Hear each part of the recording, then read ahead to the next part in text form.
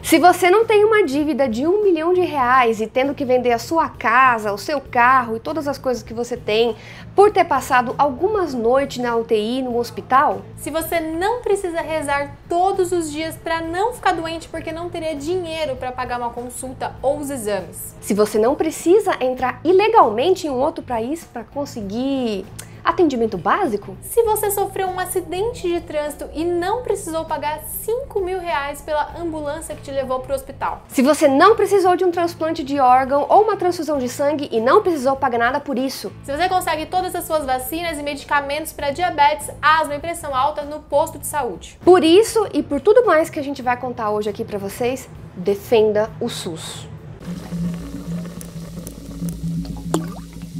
Se você ainda não assistiu, você deve pelo menos já ter ouvido falar da série Breaking Bad, que é considerada uma das melhores séries de TV de todos os tempos. A história toda gira em torno de um tratamento do câncer do Walter White, que é um professor nos Estados Unidos. E sendo apenas um professor, ele não tem o dinheiro para pagar pelo tratamento, então ele passa a usar todos os seus conhecimentos de química para fabricar e vender drogas, né? Juntando um dinheiro para pagar a quimioterapia. Mas se a história passasse aqui no Brasil, a série teria apenas um episódio. Bom, seu Walter, eu tô aqui com seus exames e o senhor tá com câncer de pulmão. Nossa, mas como assim eu não tenho dinheiro para pagar? Não, tá tudo bem, o senhor pode fazer o tratamento de graça pelo SUS.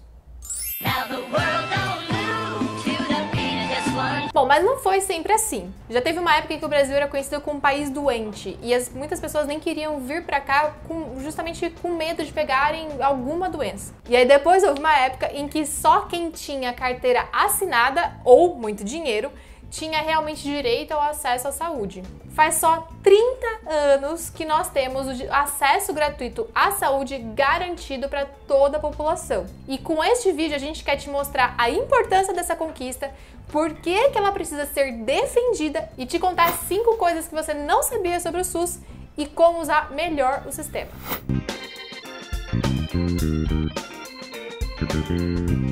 Antes de falar isso, eu vou contar um pouquinho sobre o histórico. O primeiro tipo de assistência à saúde no Brasil, elas foram as Santa Casas de Misericórdia. Essas instituições, elas foram criadas lá pela rainha de Portugal, a Dona Leonor, em 1498. Isso era para o atendimento social, prestação de saúde, para os menos favorecidos. Isso lá em Portugal, né? Elas surgiram lá em Portugal e se tornaram quase que um sinônimo assim de status entre os ricos, os políticos, porque eram as doações dessas famílias que mantinham a maior parte do trabalho. Então era meio que um clubinho assim, ai, olha só aqui, eu doei 800 dinheirinhos. Ah não, mas olha aqui, eu doei 1000 dinheirinhos. Tô podendo mais. Então o restante disso, ele era financiado com a verba da coroa. E aí a primeira Santa Casa inaugurada no Brasil foi lá em Santos em 1543. E aí, gente, por 300 anos era isso. E pronto, não tinha grandes hospitais, nem formação de médico no país. Quem nascia aqui e queria ser médico ia estudar na Europa. E quando voltava, não tinha muito recurso para trabalhar porque as santas casas viviam sem dinheiro. A fama de ser um país doente espantava os imigrantes europeus que eram incentivados a vir para cá depois da abolição, mas não queria muito vir porque, né, vai pegar umas doenças aí. Foi só entre 1849 e 1850, quando a gente teve a epidemia de febre amarela por aqui, que as coisas começaram a mudar mesmo. Essa epidemia ela acaba sendo um grande marco na reestruturação da saúde pública brasileira. E aí entram nomes que são bem conhecidos e muito importantes, como Vital Brasil, Emílio Ribas, Oswaldo Cruz e Carlos Chagas. Eles estabeleceram o conceito de saúde pública e lutaram contra várias epidemias além da febre amarela, incluindo a peste bubônica, a cólera e a varíola. E aí foi quando começaram, inclusive, as vacinações por aqui. Só que o sistema de saúde, como a gente conhece hoje, não foi a primeira política de saúde adotada aqui no Brasil, né? E mesmo com diversas melhorias que precisam ser feitas, é É importante a gente entender que esse formato é uma grande conquista. É uma conquista única no mundo, gente. Ou seja, críticas devem ser feitas ao governo, né, em relação ao SUS, mas não deveria ser para desmontar o programa, e sim para fortalecer, para melhorar, né, para aprimorar esse programa. Para vocês terem uma ideia, o governo brasileiro ele investe só 4% do PIB em saúde, enquanto países como Reino Unido, Alemanha, França e Japão investem mais de 9%. Então, aumentar o investimento já pode melhorar muito a situação de atendimento. Então, achar que não funciona e aí a gente quer destruir tudo é aquela expressão tipo jogar fora o bebê com a água do banho, sabe? Não joguem fora os bebês, tá? Não é porque o programa não funciona da melhor forma possível que ele deve ser desativado, porque a ideia por trás é boa, a ideia por trás é excelente, só precisa ser revisto, só precisa ser aprimorado, né? Melhorar. Um outro exemplo é, alguém assalta a sua casa, você vai tentar melhorar a segurança da sua casa ou manda derrubar tudo e vai morar na rua? Tipo, troca, sabe? Não tem nada a ver isso. Fica aí o questionamento, não é mesmo? Você já vai entender a importância disso, olha só. O atendimento médico-hospitalar, ele começou a se organizar no Brasil na década de 20, com o surgimento das caixas de aposentadorias e pensões, que são as CAPs, que eram entidades geridas pelos trabalhadores e que ofereciam aposentadoria, remédio e assistência médica para as pessoas que tinham o vínculo de trabalho. Não vamos confundir com as CAPs que a gente tem hoje, que é o Centro de Atenção Psicossocial. É outra coisa, são centros de saúde especializados em saúde mental, adulto e infantil, e também para pacientes com questões relacionadas a álcool e drogas. Não é a mesma CAPS, tá? Esses CAPs originais, lá da década de 20, eles se reuniram por categorias médicas e a partir deles surgiram os institutos de aposentadoria e pensões, que eram os IAPs, que além da contribuição das empresas e dos trabalhadores, também recebia verba do governo. Só que a qualidade da assistência dos IAPs tinha muitas diferenças de acordo com a categoria profissional. Então, engenheiros, funcionários públicos e alguns outros tinham convênios com os melhores dos hospitais. Então, de acordo com a sua profissão, você tinha um tratamento melhor ou pior. Zoado isso aí, né? Para diminuir essas diferenças, então, que os IAPs eles foram fundidos e assim foi criado o INPS, que até hoje algumas pessoas mais velhas se referem ao SUS como INPS. Depois passou a ser chamado do Instituto Nacional de Assistência Médica da Previdência Social. Minha mamãezinha trabalha lá. Beijo, mamãe! Que são os INAMPs, né? Que isso daí foi responsável pela saúde pública no Brasil até a criação do SUS, como a gente conhece hoje, né? Só que ele não tinha um caráter universal, né? O que isso significa? Significa que ele atendia só 45% da população brasileira, que eram as pessoas com trabalho formal e os seus dependentes, né? Os outros 55%, né? Ou tinha muito dinheiro para pagar tudo, ou dependia das casas de misericórdia, ou casas filantrópicas, ou ficava sem atendimento mesmo, né? Era o que tinha. Então, até a década de 80, no quesito de atendimento à saúde à população brasileira, era basicamente dividido em 3 grupos. Os que podiam pagar pelo atendimento, os que tinham o direito aos INAMPs, né? E os que ficavam sem atendimento. Fica isso, né? A sorte aí. Como o atendimento à saúde estava relacionado ao trabalho formal que a pessoa tinha, geralmente os estados mais ricos que tinham mais emprego e ao mesmo tempo seriam os que podiam pagar mais pela saúde. E eram os que tinham mais repasse para esses INAMPs, né? E a população dos estados com mais necessidades ficavam sempre para trás. Era um sistema bem desigual e não era equitário. Essa desigualdade toda fez com que o INAMPs começasse a passar por crises econômicas e sofrer pressões da classe dos trabalhadores e militantes da reforma sanitarista nas décadas de 70 e 80. É aí que começam a surgir algumas ações rumo à universalização do sistema de saúde, como não exigir mais a apresentação da carteira de trabalho para o atendimento, por exemplo. Mas o jogo virou mesmo em 1986, quando aconteceu a 8ª Conferência Nacional de Saúde, e lá os militantes do movimento sanitarista e pesquisadores e trabalhadores da saúde fundaram as bases que deram origem ao capítulo de saúde da Constituição de 1988, onde o SUS começava a se concretizar através do artigo 196. A saúde é um direito de todos e um dever do Estado. Lembra disso? É direito de todos e é dever do Estado, está na nossa Constituição. E tem ainda o artigo 198. O Sistema Único de Saúde será financiado com recursos do Orçamento da Seguridade Social, da União, dos Estados, do Distrito Federal e dos municípios, além de outras fontes. Isso quer dizer que desde a sua criação já era previsto que viessem recursos de fontes não públicas para o SUS. E isso também meio que prevê que a gente precisaria também de planos de saúde. Então tudo isso já era previsto. Isso até arrepia. Olha, Constituição bonitinha, gente. Se fosse feita valer a pena de verdade, né? Se fosse feita valer a pena, pois é. Até emociona. Em 1990, o INAMPS deixa de fazer parte do Ministério da Previdência Social e passa a fazer parte do Ministério da Saúde. E ao final deste ano, com a Lei 8.080, conhecida como a Lei Orgânica da Saúde, é instituído o Sistema Único de Saúde baseado nos princípios de equidade, universalidade e integralidade. E aqui vale uma pausinha, só pra gente poder entender por que é importante estar escrito mesmo equidade e não igualdade nos princípios do SUS. E fica bem mais fácil entender com essa imagem aí, que é bem famosinha na internet, que mostra as pessoas ali diferenciando igualdade e equidade. Na igualdade, eu trato todo mundo do mesmo jeito, né? Então eu assumo que é todo mundo igual, né? Sem levar em conta diferenças individuais. Então eu dou um banquinho do mesmo tamanho para todo mundo, tô cagando se a pessoa é alta, se é baixa, ou até mesmo se ela consegue ficar em pé pra ver o joguinho ali do banquinho, né? Já na equidade, eu contabilizo essas diferenças e eu garanto que todas as pessoas terão o mesmo direito. Então eu dou o banquinho na altura certa para cada um poder ver o jogo ali do mesmo lugar. Tem esse outro exemplo aí da bike que também fica claro, né? Você dá uma bike para todo mundo, mesmo que a pessoa seja pequena ou até mesmo que a pessoa seja uma cadeirante, que ela não vai conseguir usar essa bike.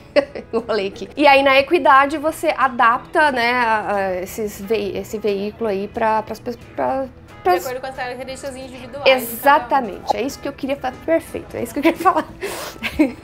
Trabalhar com equidade é realmente universal, porque eu levo em conta a individualidade e eu garanto que todos vão ter o mesmo direito, o mesmo benefício, sem desigualdade. Perfeito, é por isso que é importante que tenha essa palavra e não igualdade na descrição do SUS.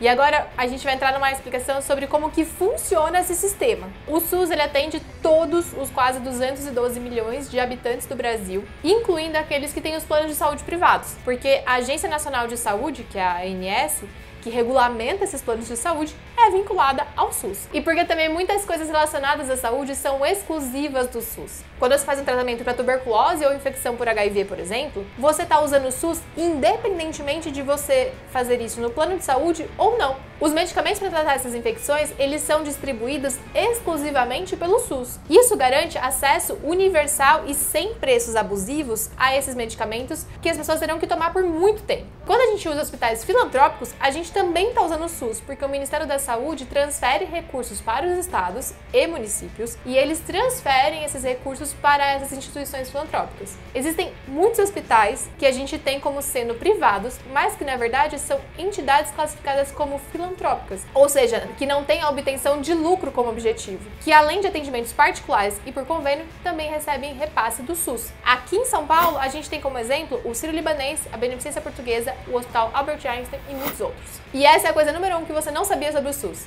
Você usa o SUS até mesmo nos hospitais particulares. Nossa, eu fiquei chocada com isso. Tipo, Albert Einstein, Sírio-Libanês, todo mundo considera hospital particular topzera. É SUS, mano? É filantrópico. Da hora. Todo que é filantrópico recebe repasse do SUS. Tá, isso é a parte do SUS invisível, né? Vamos dizer assim, né? Aquele que você usa e você nem sabe que tá usando, mas já você vai saber um pouquinho mais. Então, como que funciona, ou pelo menos deveria funcionar, a parte do SUS que a gente vê, entre aspas, né? O classicão lá. As ações clínico-hospitalares do SUS são divididas em 3 níveis. O primeiro, a gente vai botar na tela aí uma pirâmide aí. Mas o primeiro, ele é a atenção primária. Ele é responsável por fornecer a assistência básica e é formada pela estratégia de saúde da família, as unidades básicas de saúde e pelo núcleo de apoio à saúde e à família. Esta deve ou pelo menos deveria ser, a principal porta de entrada para a população, né, para as pessoas, aos serviços do SUS. Depois disso, a gente tem a atenção secundária, que já é formada por serviços que têm uma complexidade intermediária. E aí tem um pouco mais de especialização, e a gente tem o que compõe essa atenção secundária, o pronto atendimento, que são as UPAs, o serviço de atendimento móvel às urgências, que é o SAMU, e também serviços ambulatoriais especializados, como consulta com especialistas, apoio diagnóstico, apoio terapêutico, além de atendimentos de urgência e emergência em hospitais de menor complexidade. E a atenção terciária, que são atendimentos ou terapias e procedimentos de alta complexidade e especialização. Eles são compostos pelos serviços, por exemplo, de oncologia, cardiologia, oftalmologia, transplante, neurocirurgia, a diálise, otologia, né? Isso inclui os aparelhos auditivos, as cirurgias reparadoras, cirurgias bariátricas, reprodução assistida também tem terapia nutricional, ressonância magnética, medicina nuclear e além de um fornecimento de medicamentos excepcionais, né? Por exemplo, para o tratamento de doenças raras, complexas e de alto custo, né? Tudo isso daí é garantido. E também fornecimento de órteses e próteses, como marca-passo, stents e outros. Se você não sabia o que é uma órtese, eu também não sabia, é qualquer coisa que dá uma assistência mecânica provisória. Por exemplo, aqui eu tenho minhas muletinhas, não sei se vocês sabem, mas eu tô andando de muletas agora, tô passando por um período ruim.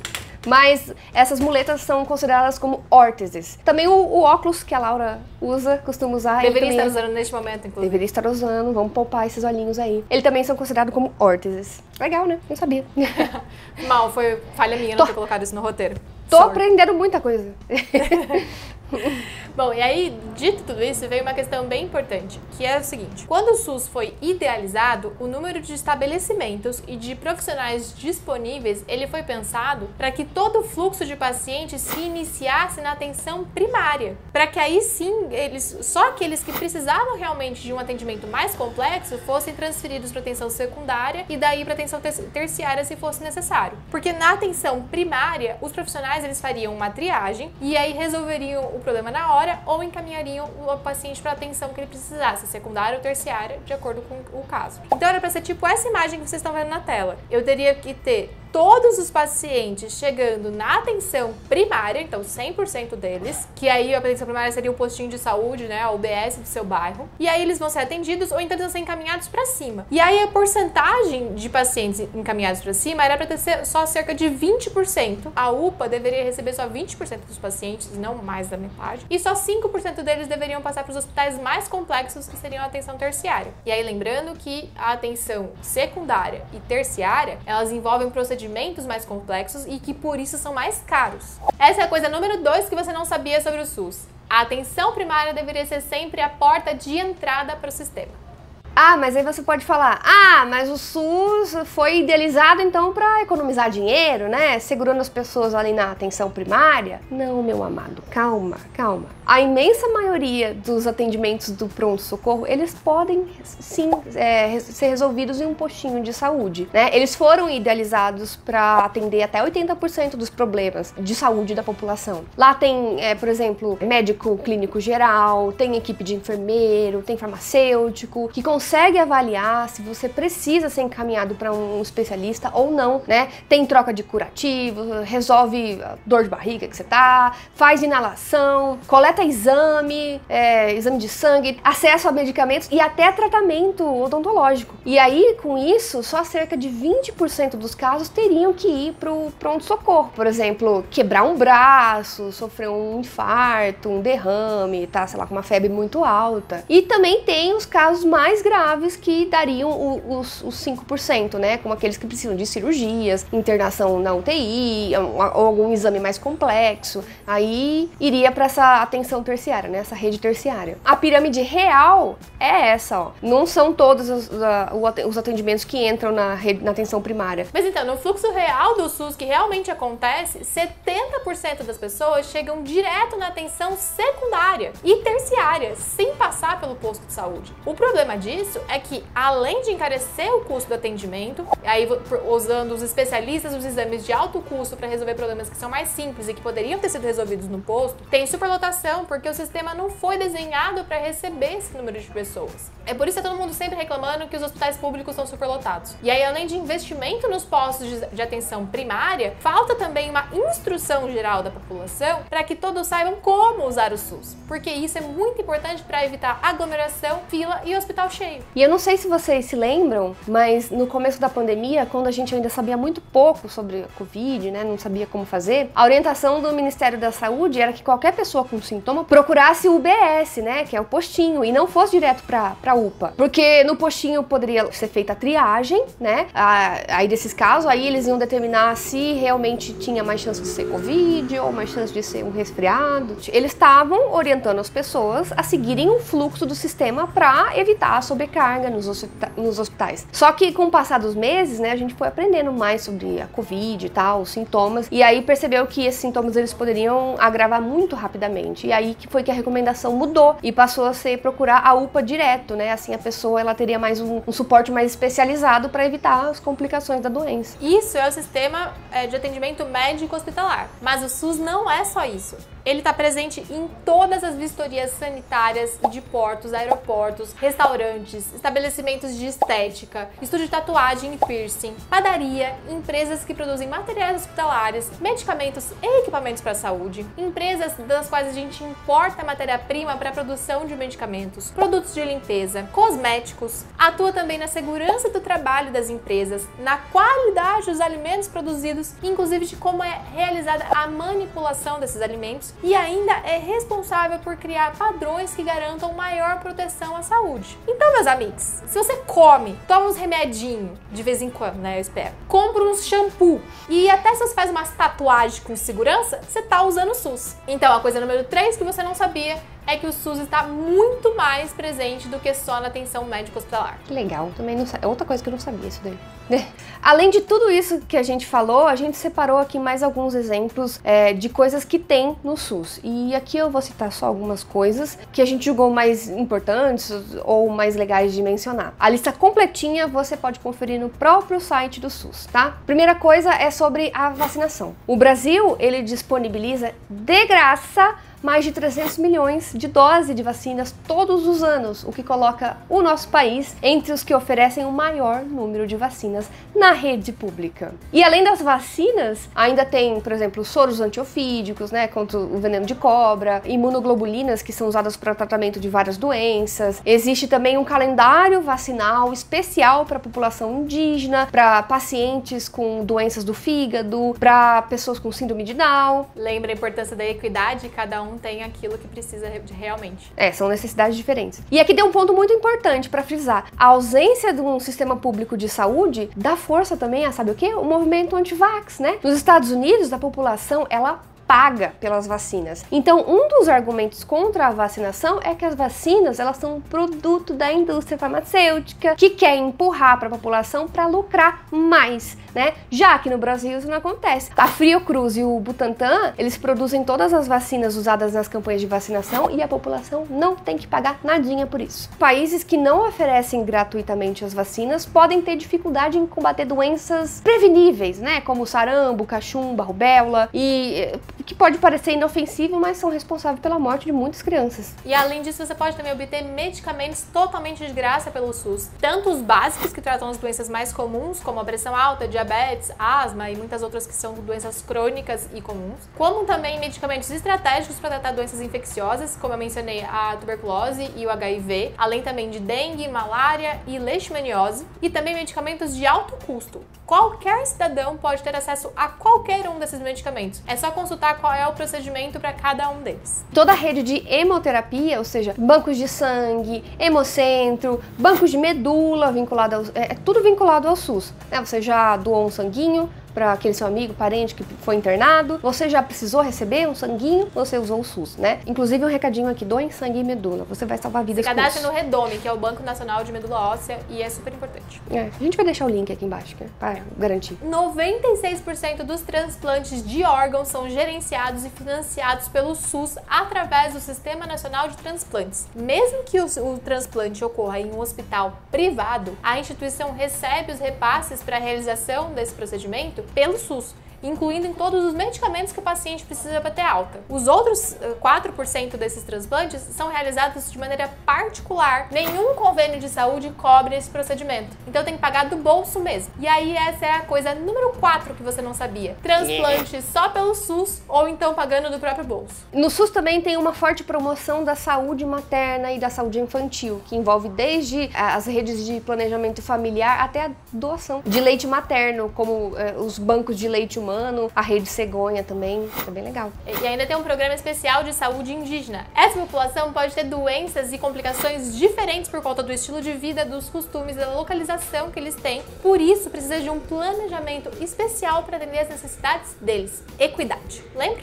E outra ação importante vinculada ao SUS é o Centro de Controle de Zoonoses. Lembrando aqui que zoonoses são doenças que envolvem seres humanos e animais, e são transmitidas de um para o outro. Aí tem autores na literatura que consideram que, por exemplo, zoonoses são só aquelas que envolvem animais vertebrados, tipo o nosso gatinho, cachorrinho, porco e tal. Aí tem outros autores que também consideram zoonoses doenças transmitidas por artrópodes, que seriam tipo mosquito, por exemplo. Mosquito entra nessa. Então, de acordo com essa segunda classificação, que é mais abrangente, todas as doenças transmitidas por mosquitos, como dengue, febre amarela, zika, malária, são tudo zoonoses. Então, o Centro de Controle de Zoonoses não só cuida, dos cãezinhos, gatinhos de rua, mas também controla, por exemplo, a população de pombos em aeroportos, controla escorpiões em comunidades, controla também os casos de raiva humana e raiva animal e também coordena campanhas no combate à dengue. Isso daqui foi só para citar alguns exemplos, E essa é uma coisa bônus que você não sabia. Controle e tratamento de animais também envolve o SUS. Um último ponto interessante é a gente conversar sobre como funciona a gestão do SUS, porque o sistema de gestão, ele é descentralizado, ou seja, o governo federal, os estados e os municípios, eles dividem as responsabilidades de gestão de saúde, mas os estados e as cidades, eles têm uma certa autonomia para a administração. Então, os municípios têm que destinar no mínimo 15% de toda a arrecadação para a saúde, os estados 12% e o governo federal destina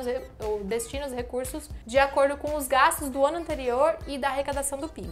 Mas ainda existe um controle social, que é previsto desde a Constituição de 88. Esse controle social é nada mais que a participação da população na fiscalização, monitoramento, na participação de decisões do município através desses conselhos municipais de saúde. E aí, meu povo, muitas vezes alguns municípios, as cadeiras reservadas para a população elas ficam vazias por falta de pessoas que queiram ocupá-las, para participar das votações do município. Mas olha só, não dá para te culpar, porque você provavelmente, assim como eu, não sabia disso. Mas agora você sabe, e só por isso eu acho que já vale compartilhar esse vídeo aqui, porque tá tão rico, tão cheio de informação, maravilhoso. E essa então era a coisa número 5 que você não sabia. Você pode participar ativamente das tomadas de decisão e fiscalização do SUS.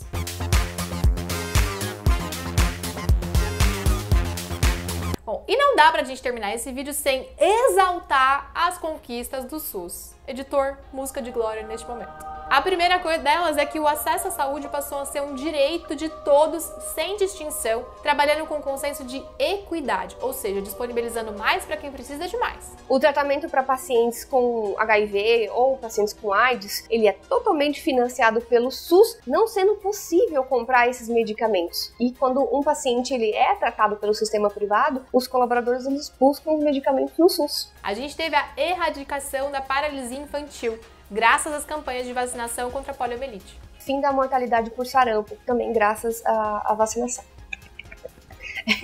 A gente teve uma diminuição da mortalidade infantil em 61% de 1990 até 2010. Em 1990, quando o SUS passou a existir definitivamente, morriam 63 crianças para cada 1.000 nascidas vivas. Em 2010, esse número passou para 7 mortes a cada 1.000 nascidas vivas. Teve também a queda de prevalência de fumantes acima de 18 anos após a implementação dos programas antitabagismo, de 29 para 12 entre os homens e 19% para 8 entre as mulheres.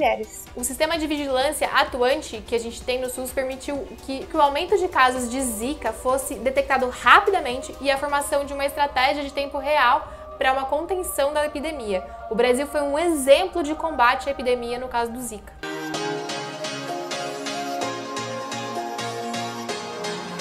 E se você tiver chegado até aqui e ainda tá achando pouco, não tá dando muita importância para um sistema universal de saúde, então vamos aqui imaginar o que aconteceria no caso de uma privatização. Com uma privatização completa da saúde, todos esses serviços que são oferecidos gratuitamente seriam pagos pela população. Poderia até ser um custo mais baixo, mas como o serviço oferecido estaria atrelado a lucro, né, a qualidade podia ser bem variável ali. Esse é o caso dos Estados Unidos. Não existe lá um sistema universal de saúde. Ou você paga uma fortuna de seguro de saúde e isso não garante que você vai receber o atendimento, porque eles podem achar que você não precisa e se negar a pagar qualquer procedimento. Ou então você paga do bolso, ou então você fica sem atendimento mesmo, tipo o Brasil no começo do século XX. Até existem umas clínicas gratuitas que são as free clinics, mas o que elas oferecem é bastante limitado e dependendo do caso você vai acabar tendo que ir para um hospital mais complexo. E também com uma possível privatização, como o lucro ele é o objetivo, né? Se você é internado no hospital para ter um bebê, por exemplo, e uma enfermeira for lá e ela segurar o seu bebê no colo enquanto você faz alguma coisa, isso ele pode ser cobrado. Aquela história de filme ou série que a pessoa cai na rua e aí já chama uma ambulância. Isso daí, minha gente, é pura ficção, porque a maioria dos estadunidenses evita ao máximo chamar esse tipo de serviço para não ter que pagar, né? Usar a ambulância lá custa entre 500 e $1.000. E ainda tem uma taxinha por quilômetro rodado. Então, quanto mais longe o hospital fica, mais caro fica. E além disso, a gente também não teria medicamento de graça. Os diabéticos, por exemplo, que dependem de insulina, conseguem todas as suas doses gratuitamente aqui no SUS, enquanto nos Estados Unidos precisam pagar centenas de dólares. Tem diabético que hoje não tem mais casa porque faliu pagando insulina. Isso é um absurdo. E todo esse sistema ele fica muito bem mostrado num documentário que chama Sickle. Ele é de 2006, mas essas coisas que ele mostra continuam muito atuais. Tá disponível dublado aqui no YouTube, o link vai estar aqui na descrição do vídeo. E lá também mostra o sistema de saúde de outros países, como o Canadá, a Inglaterra, França e Cuba. Vale muito a pena. Terminando de assistir esse documentário, você tem que acender uma vela e aplaudir o SUS. É a regra, tá? É um documentário que todo mundo deveria ver.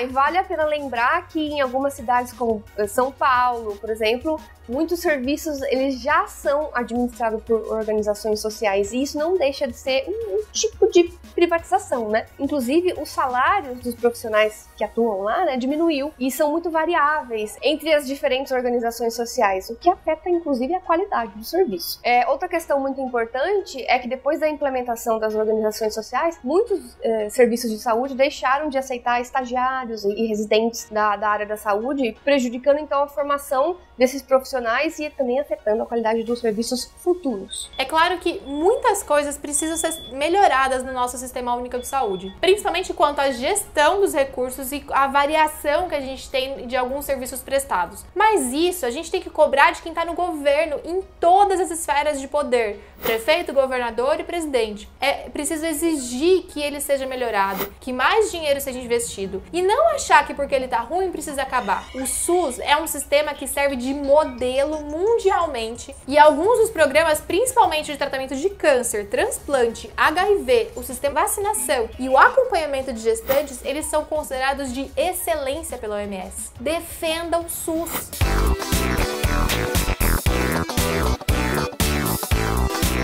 Esse roteiro, gente, foi criado com a ajuda de muitas mãos. Eu, Laura, a Paula, a Marcela, a Letícia, que são todas aqui da nossa equipe, mas ele não teria sido completo se não fosse a ajuda da minha amiga Vanessa, porque eu tive a honra de cursar a faculdade de farmácia, que trabalha num hospital e que me ajudou com muitas informações meio que internas para que a gente tivesse o maior número de informações possíveis aqui para vocês sobre esse sistema. Tá aí a fotinho dela, toda diva, maravilhosa. Obrigada de verdade. Um beijo, Vanessa. Então é isso, pessoal.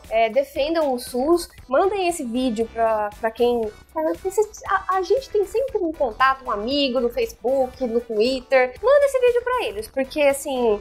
vai ser interessante eles descobrirem que, assim, é um exemplo mundial e que não precisa acabar com tudo. É só melhorar os investimentos, melhorar o próprio serviço, melhorar a orientação para a população, para procurar o local certo, né, para entrar para os serviços do SUS, para não aglomerar e acabar com os outros serviços. Então, falta melhorar, mas não é pra acabar com tudo. E dá like aí, gente. Dá like pra gente crescer. Se inscreve no canal, é isso aí. Então tá. Beijo. Beijo. Tchau. Tchau.